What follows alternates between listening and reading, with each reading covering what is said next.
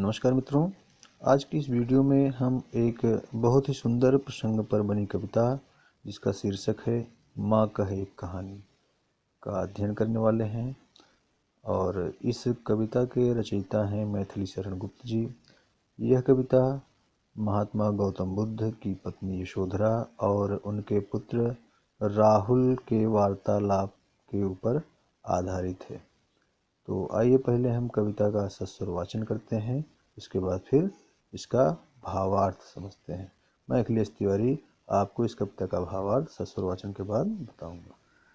माँ कह एक कहानी, माँ कह एक कहानी, बेटा समझ लिया क्या तूने मुझको अपनी नानी। मुझसे कहती है यह चेटी, तू मेरी नानी की बेटी।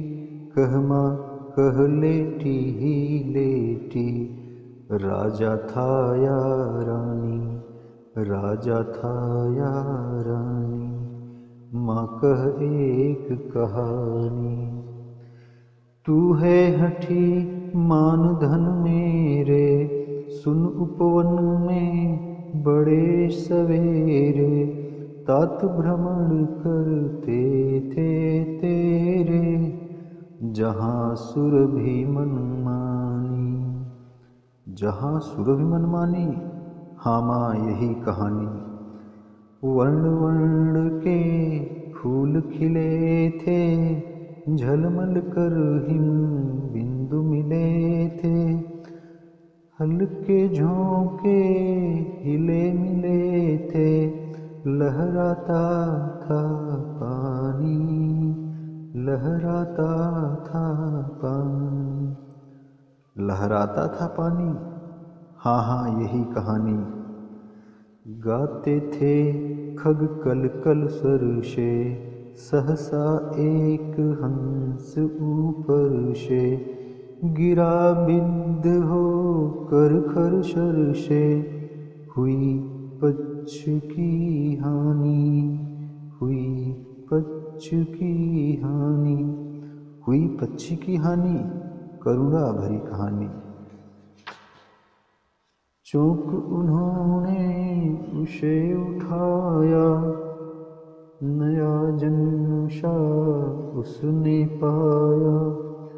इतने में आखेटक आया, लक्ष्य सिद्धि का मानी, लक्ष्य सिद्धि का मानी। लक्ष्य सिद्धि का मानी, कोमल कठिन कहानी। मांगा उसने आहत पक्षी, तेरे तात किंतु थे रक्षी। तब उसने जो था खग भक्षी, हठ करने की ठानी, हठ करने की ठानी, हठ करने की ठानी। अब बढ़ चली कहानी। हुआ विवाद सदय निर्दय में, उभय आग्रही थे स्व विषय में। गई बात तब न्यायालय में, सुनी सभी ने जानी, सुनी सभी ने जानी, सुनी सभी ने जानी। व्यापक हुई कहानी। राहुल तू निर्णय कर इसका, न्याय पक्ष लेता है किसका। कह दे निर्भय जय हो जिसका, सुन लूं तेरी बानी, सुन लूं तेरी बानी। माँ मेरी क्या बानी, मैं सुन रहा कहानी। कोई निरपराध को मारे, न्याय क्यों कर उसे उबारे। रक्षक पर भक्षक को वारे, न्याय दया का दानी, न्याय दया का दानी। तूने गुनी कहानी, तूने गुनी कहानी। प्रस्तुत कविता में कवि ने गौतम बुद्ध का जीवन प्रसंग वर्णित किया है। इसके माध्यम से उन्होंने यह संदेश दिया है कि मारने वाले से बचाने वाले का अधिकार अधिक होता है। मारने वाले की अपेक्षा बचाने वाला श्रेष्ठ होता है। हम किसी भी जीव की हिंसा न करें, सभी जीवों को जीने का अधिकार है। तो आइए हम कविता पर चलते हैं। तो कविता की स्टार्टिंग है, माँ कह एक कहानी। गौतम बुद्ध की पत्नी यशोधरा हैं और उनका बेटा राहुल है। राहुल अपनी माँ से कहता है कि माँ एक कहानी कहो। बेटा समझ लिया क्या तूने मुझको अपनी नानी। तो यशोधरा कहती हैं कि बेटा क्या तुमने मुझको अपनी नानी समझ लिया है? क्या मैं तुम्हारी नानी हूँ जो मुझसे कहानी कहने के लिए कह रहा है? अब जैसे कि हम जानते हैं कि दादी और नानी लोग ही कहानियाँ प्रायः सुनाती हैं। तो इसके लिए यशोधरा बच्चे से अपने कह रही हैं कि बेटा क्या मैं तुम्हारी नानी हूँ जो मुझसे कहानी कहने के लिए कह रहे हो?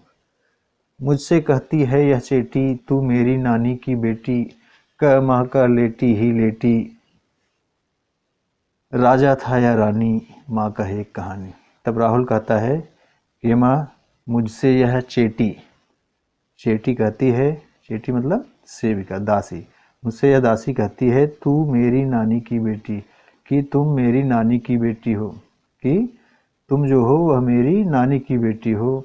इसलिए यदि मेरी नानी कहानी सुना सकती हैं तो तुम भी सुना सकती हो।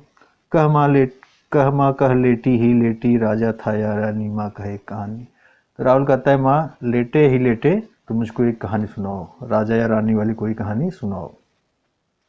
तो यशोधरा कहती हैं, तू है हठी मानधन मेरे, सुन उपवन में बड़े सवेरे, तात भ्रमण करते थे तेरे, जहाँ सुरभि मनमानी। तब जब बच्चे की जिद होने लगती है कहानी सुनाने के लिए तो माँ जो है कहानी सुनाना शुरू करती है। कहती हैं, ए बेटे राहुल तू बहुत जिद्दी हो गया है, सुन मैं तुमको कहानी सुनाती हूँ। उपवन में बड़े सवेरे ही तुम्हारे तात भ्रमण किया करते थे, बगीचे में बहुत सुबह सुबह ही तुम्हारे पिताजी भ्रमण किया करते थे, जहाँ सुरभि मनमानी, जहाँ सुगंध जो है मनमाने ढंग से रहती थी, जहाँ पर सुरभि चारों ओर फैली हुई थी, जहाँ सुरभि मनमानी।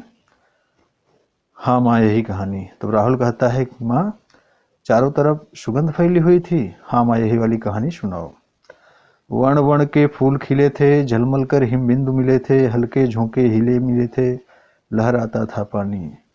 तो माँ उसकी आगे कहती है कि उस बगीचे में वर्ण वर्ण के मतलब विभिन्न तरह के फूल खिले हुए थे और उन फूलों के ऊपर हिमबिंदु मतलब ओस की बूंदें गिरी हुई थी। ओस की बूंदें क्यों गिरी हुई थी?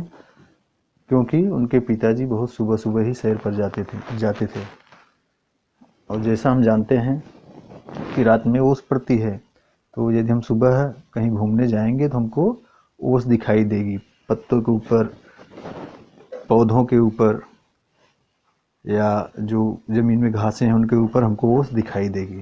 तो वही कह रहे हैं कि फूलों के ऊपर ओस पड़ी हुई थी, हल्के झोंके हिले मिले थे, लहराता था पानी, और हल्की हल्की हवा चल रही थी और वहाँ पर जो बगीचे में तालाब था उसमें पानी लहरा रहा था। लहरा रहा मतलब हवा से पानी में तरंगें उठ रही थी, लहराता था पानी। हाँ हाँ यही कहानी। तो राहुल कहता है कि पानी लहरा रहा था, हाँ माँ यही वाली कहानी कहिए आप। तो जब कोई कहानी कहता है तो बीच बीच में सुनने वाला एक टेर भरता है, हाँ हूँ करता है। तो वैसे यह बीच बीच में राहुल भी बोल देता था। गाते थे खग कल कल स्वर से, सहसा एक हंस ऊपर से, गिरा बिद्ध होकर खरसर से, हुई पक्ष की हानि, हुई पक्ष की हानि, करुणा भरी कहानी। तब उसकी माँ आगे कहती हैं कि उस बगीचे में खग जो थे, खग मतलब पक्षी, पक्षी अपने स्वर में कलरव करते थे और तभी एक हंस ऊपर से बिद्ध होकर गिरा। किससे बिद्ध होकर गिरा? खरसर से, मतलब नुकीले तीर से घायल होकर के गिरा। कहाँ गिरा? बगीचे में। हुई पक्षी की हानि, माँ कहती हैं कि इस प्रकार पक्षी के बगीचे के एक पक्षी की हानि हुई जब वह घायल होकर के गिरा। हुई पक्षी की हानि, करुणा भरी कहानी। तब राहुल कहता है पक्षी की हानि हुई, यह तो बहुत ही करुणापूर्ण कहानी है। तब उसकी माँ आगे कहती हैं, चौंक उन्होंने उसे उठाया, नया जन्म सा उसने पाया, इतने में आखेटक आया, लक्ष्य सिद्धि का मानी। कह रहे हैं जब तुम्हारे पिताजी ने उसको देखा तो चौंक करके उसको उठा लिया, हंस को उठा लिया, तो हंस को ऐसा लगा जैसे उसको नया जीवन मिल गया हो। इतने में क्या होता है कि आखेटक वहाँ पे आ जाता है। आखेटक मतलब बहेलिया, बहेलिया वहाँ पर आ जाता है जो अपना लक्ष्य भेदने में माहिर था। लक्ष्य सिद्धि का मानी, कोमल कठिन कहानी। तब राहुल कहता है कि वह लक्ष्य भेदने में माहिर था, यह तो बहुत ही कोमल और कठिन, मतलब बहुत ही दयापूर्ण और कठोर कहानी है। तब राहुल की माँ कहती हैं, मांगा उसने आहत पक्षी, तेरे तात किंतु थे रच्छी, तब उसने जो था खगभच्छी, हट करने की ठानी। कह रही जब बहेलिया आया तो उसने जिस पक्षी को घायल किया था, जिस हंस को घायल किया था, वह उनसे मांगने लगा तुम्हारे पिताजी से। लेकिन चूंकि तुम्हारे पिताजी जो थे वह रक्षी थे, रक्षक थे, दया करने वाले थे, उन्होंने पक्षी पर दया दिखाई। लेकिन वह जो खगभच्छी, पक्षी को मारकर खाने वाला बहेलिया था, उसने जिद कर दी कि नहीं, मेरा इसको मैंने घायल किया है, या मुझको चाहिए। तो राहुल कहता है हट करने की ठानी। अब बढ़ चली कहानी। क्या कहा माँ? उस बहेलिए ने हट करने की ठान ली, हट करने लगा वह। अब तो कहानी लंबी हो चली। फिर यशोधरा कहती हैं, हुआ विवाद सदय निर्दय में, उभय आग्रही थे सो विषय में, गई बात तब न्यायालय में, सुनी सभी ने जानी। कह रहे हैं तब सदय और निर्दय में, सदय कौन है? गौतम बुद्ध, और निर्दय कौन है? बहेलिया। कह रहे हैं तब बहेलिया और तुम्हारे पिताजी में वाद विवाद शुरू हो गया। उभय आग्रही थे सो विषय में, और दोनों अपने विषय में आग्रही थे, मतलब दोनों अपने विषय को चाहने वाले, दोनों अपनी बात को चाहने वाले थे। विषय उनका क्या था? गौतम बुद्ध का विषय था पक्षी को बचाना, और आखेटक का विषय था कि इसको मैंने मारा है या मुझे चाहिए। इस बात को लेकर दोनों विवाद हो गया। तब यह बात जो है आगे बढ़ी और न्यायालय में चली गई, राजा के पास गई। सुनी सभी ने जानी, वहाँ पर सबने इस कहानी को सुना और सभी ने कहानी के विषय में जानकारी ली, सबने इसको जाना। सुनी सभी ने जानी, व्यापक हुई कहानी। तब राहुल कहता है कि माँ, क्या सबने इसको सुना कहानी को? कहानी व्यापक हो गई अब तो। तब यशोधरा कहती है, राहुल तू निर्णय कर, इसका न्याय पक्ष लेता है किसका, कह दे निर्भय जय हो जिसका, सुन लूं तेरी वाणी। तब यशोधरा राहुल से पूछती हैं, बेटा राहुल, अब तुम इसका निर्णय करके बताओ कि तुम किसका पक्ष लेते हो, अपने पिताजी का पक्ष लेते हो कि बहेलिए का पक्ष लेते हो। जो भी तुम्हारे दिल में हो, जो तुमको ठीक लगे, निर्भय होकर, मतलब निडर हो करके अपनी बात कहो, जिससे मैं भी सुनूं कि तुम क्या सोचते हो। माँ मेरी क्या बानी, मैं सुन रहा कहानी। तब राहुल कहता है कि माँ, इसमें मैं क्या अपना निर्णय दे सकता हूँ, मैं तो केवल कहानी सुन रहा हूँ। तो राहुल फिर आगे कहता है, कोई निरपराध को मारे, न्याय क्यों कर उसे उबारे, रक्षक पर भक्षक को वारे, न्याय दया का दानी। कोई निरपराध को मारे, तो राहुल कह रहा है कि यदि कोई निरपराध को मारता है, बेगुनाह को मारता है, न्याय क्यों कर उसे उबारे, तो न्याय यही कहता है कि उसको दंड मिलना चाहिए, उसको उबारना नहीं चाहिए।